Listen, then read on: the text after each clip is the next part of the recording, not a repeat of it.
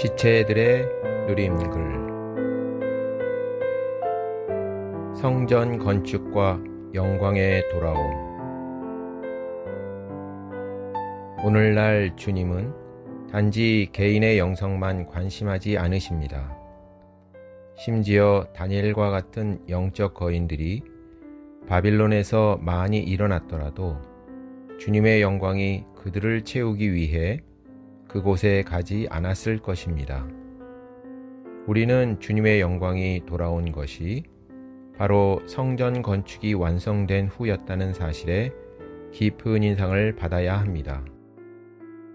우리가 교회 안에 거하며 교회에서 그분의 영광을 나타내려면 반드시 교회가 완성되어야 합니다. 즉, 영광스러운 하나님께서 교회 안에 거하시려면 반드시 교회가 건축되어 하나님의 거처가 되어야 합니다. 하나님은 이 땅에서 거처를 갖기를 갈망하시므로 교회가 이 땅에서 건축되기를 원하십니다. 하나님께서 사시는 장소, 곧 그분의 거처는 교회입니다. 하나님은 교회 안에 거하시므로 하나님을 찾고 접촉하고자 하는 사람은 반드시 교회에 와야 합니다. 우리에게 은혜가 있어 교회 안에서 건축된다면 영광의 하나님께서 우리 가운데 사실 것입니다.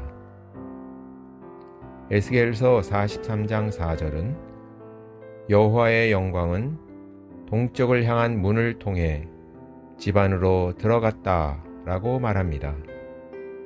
주님은 동쪽 문을 통해 돌아오셨습니다. 성전에는 3개의 문이 있습니다.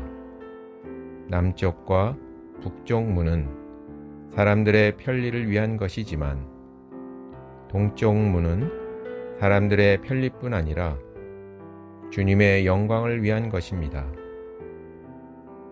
교회 생활 안에 있는 우리에게는 여러 개의 문이 필요합니다.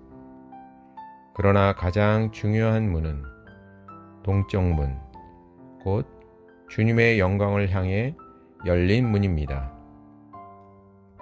이것은 교회 생활 안에 있는 우리에게 주님의 영광을 향해 열린 문이 필요하다는 뜻입니다.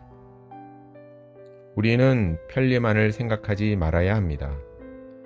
우리는 특별히 주님의 영광을 위해야 합니다.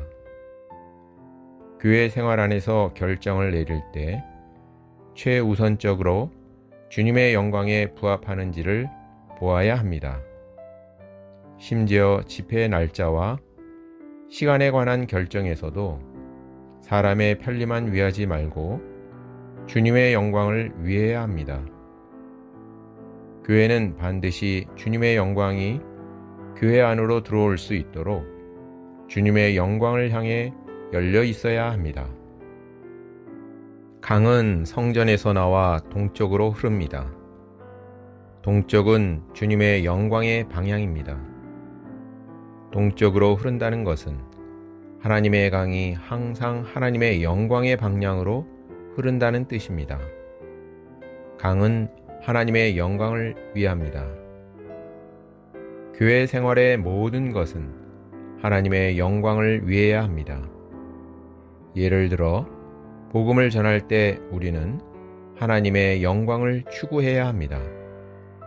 복음 전파가 하나님의 영광을 위한다면 생수의 흐름이 흘러갈 것입니다. 그러나 우리가 하나님의 영광을 위하지 않는다면 그 흐름은 제한될 것입니다. 교회 안에 있는 모든 사람이 하나님의 영광을 추구하고 위해야 합니다. 그러면 생수가 교회로부터 흘러나갈 것입니다. 아멘.